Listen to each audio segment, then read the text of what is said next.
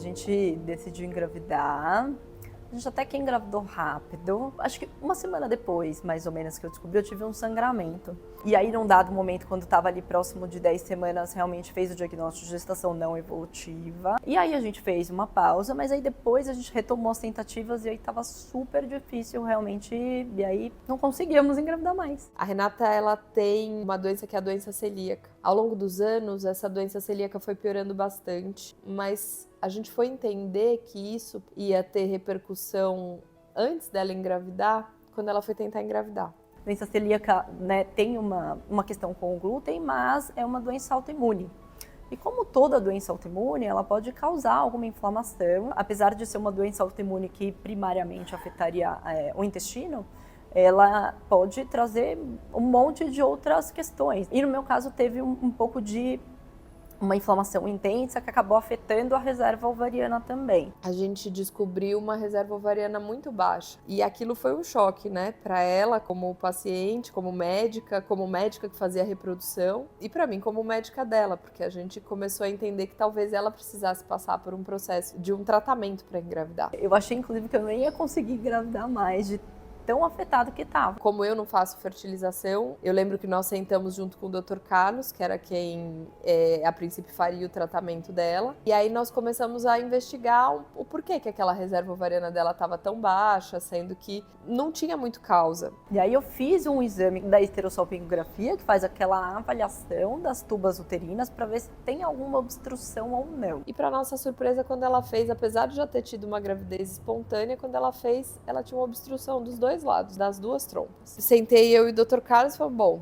ela vai precisar de tratamento para engravidar. O Dr. Carlos falou, vamos respirar, melhorar dessa questão autoimune primeiro, porque quando a gente melhora a inflamação, a gente realmente retoma, né? Função hormonal, tudo, o corpo vai se reajustando novamente. E isso veio para Rê como uma mudança muito brusca na vida dela, porque ela começou a cuidar disso muito. O problema da doença celíaca é a contaminação cruzada. Por exemplo, às vezes a gente está em casa, vamos usar uma manteiga para cozinhar. Se a gente pegou aquela manteiga e colocou no pão, a hora que você já colocou ali de volta para pegar de novo, já pôs um monte de pão na manteiga. No final das contas, isso você não percebe naquele momento, mas você, aos poucos está ingerindo glúten. E para quem tem uma doença autoimune que reage quando entra em contato com glúten, é como se o corpo liberasse um monte de células de defesa, um monte de anticorpo para combater as suas próprias células. E aí a gente tem exames, né, que a gente faz, uma titulação, um exame de sangue que a gente faz para ir acompanhando essa melhora, né? Então a gente acabou fazendo a cada 2 meses, a gente ia fazendo para ver que estava melhorando. E aí melhorou, e aí esse marcador inflamatório que a gente usa muito para doença celíaca, ele veio negativo. E aí ela estava esperando menstruar para começar o tratamento. E não menstruava, aí um belo dia ela falou, Má, eu falei com o Dr. Carlos e minha menstruação não desceu. E eu tô com os remédios em casa, já vou começar tudo, tá tudo certo. E o Dr. Carlos mandou eu fazer um teste de gravidez. Ele faz o teste, eu falei, imagina, vou fazer o teste. Não tem, as duas tubas estão obstruídas. Ele falou, não, faz o teste. E aí eu descobri que eu tava grávida. As minhas pacientes, elas já conhecem, que eu brinco, eu sempre falo que para engravidar basta um óvulo. Quando a gente faz os exames para avaliar a reserva ovariana, quando você faz um único exame, você está vendo uma foto daquele paciente.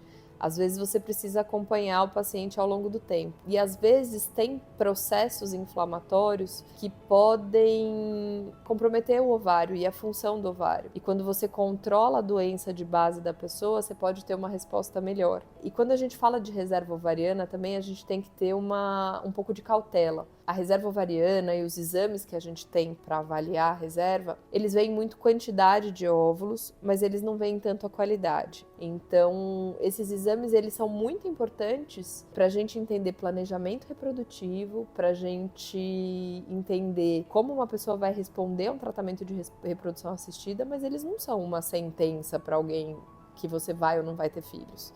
E a Renata é a prova disso. E foi muito importante a gente entender que, mesmo com toda a dificuldade que a gente previa ter, ela teve uma gestação espontânea, que evoluiu muito bem, mesmo depois de ter tido uma perda, mesmo com todo esse histórico, mesmo com tudo isso. E depois, quando foi para engravidar do segundo filho, que é o Dudu, ela também engravidou espontaneamente, foi uma gravidez também muito tranquila. Eu brinco e eu sempre falo isso, acho que a maternidade, a primeira coisa que ela ensina é que a gente não controla mais nada. Então, assim, ginecologista, obstetra, a gente tive uma perda, aí demorou para engravidar, aí achei que ia fazer fertilização, aí o bebê nasce um pouco antes dali do previsto. A natureza, ela é assim, né? Então, muitas vezes a história, ela começa de uma maneira que às vezes naquele momento a gente não entende, mas depois que as coisas vão desenrolando, vão acontecendo, a gente vai entendendo que é para um bem maior e que no final as coisas se ajeitam, né?